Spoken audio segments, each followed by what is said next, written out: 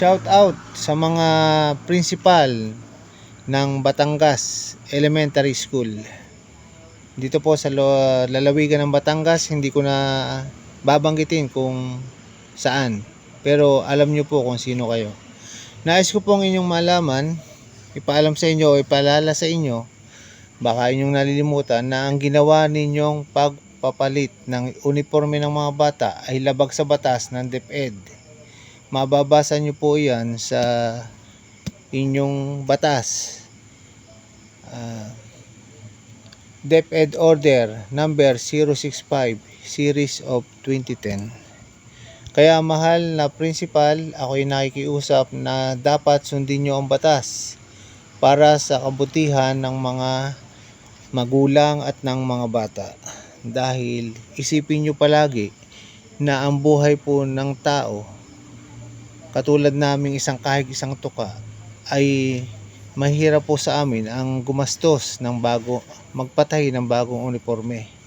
Hindi po kami katulad ninyo na malaki ang inyong sahod. Kami po kahit isang tuka, kaya napakahalaga po sa amin ang 20 pesos.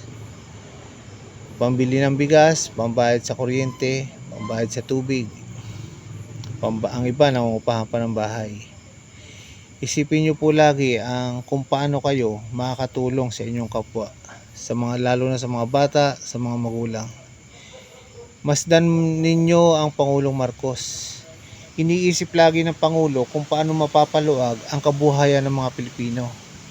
Kaya lagi niyang nililibre ang school, libre ang ospital, libre ang sasakyang bus, ang MRT, 50% discount ang estudyante at mga senior. Subalit ikaw, Madam Principal, tanggalin mo sa utak mo ang pagiging Marte na ang gusto mo lagi ay maganda sa iyong paningin, pero nakakaperwisyo ka sa aming mga magulang, lalo na sa mga bata. Ang isipin mo, dapat mong gawin, Madam Principal, ang sinasabi ni Idol Rapi Tulfo, na payagan mo ang mga batang babae na magsuot ng jogging pants, yung ginagamit nila sa pang-PE, na araw-araw nilang isuot yung mga sumasakay sa motorsiklo. Dahil maraming mga bata ang sumasakay sa motor. Nakikita yan ni Idol Rapi Tulfo. Dahil si Rapi Tulfo ay may puso, kayo naman may nguso. At para iwas po aksidente kapag ang mga bata ay naka-jogging pants, yung uniform nila sa PE, yun po Madam Principal ang dapat ninyong gawin. Yung sinusulong ni Idol Rapi Tulfo, payagan nyo ang mga batang babae na magsuot ng jogging pants, yung mga sumasakay sa motor araw-araw. At sinasabi ko sa inyo, Madam Principal, na kapag hindi ka nagbago, parurusahan ka ng Diyos na buhay pagdating ng araw ng paghukom. Dahil inaapi mo kaming mahihirap. Dahil yung batas po natin dito sa Pilipinas, maaaring hindi kayo maparusahan sa inyong ginagawa. Dahil kung iisipin nila, maliit na kaso lamang yan, yung paglabag nyo sa DepEd Order number 065 Series of 2010.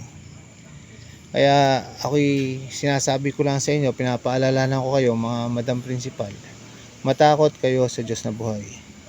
Galit ang Diyos sa mga taong nang-aapi ng kanyang kapwa-tao, lalo kaming mahirap. Yun lang, mahal na principal, salamat po at magandang gabi. Sana po matakot kayo sa Diyos na buhay. Sana wag niyong apihin kaming mahihirap. Sumunod kayo sa batas ng DepEd. Yun lamang po, paalam.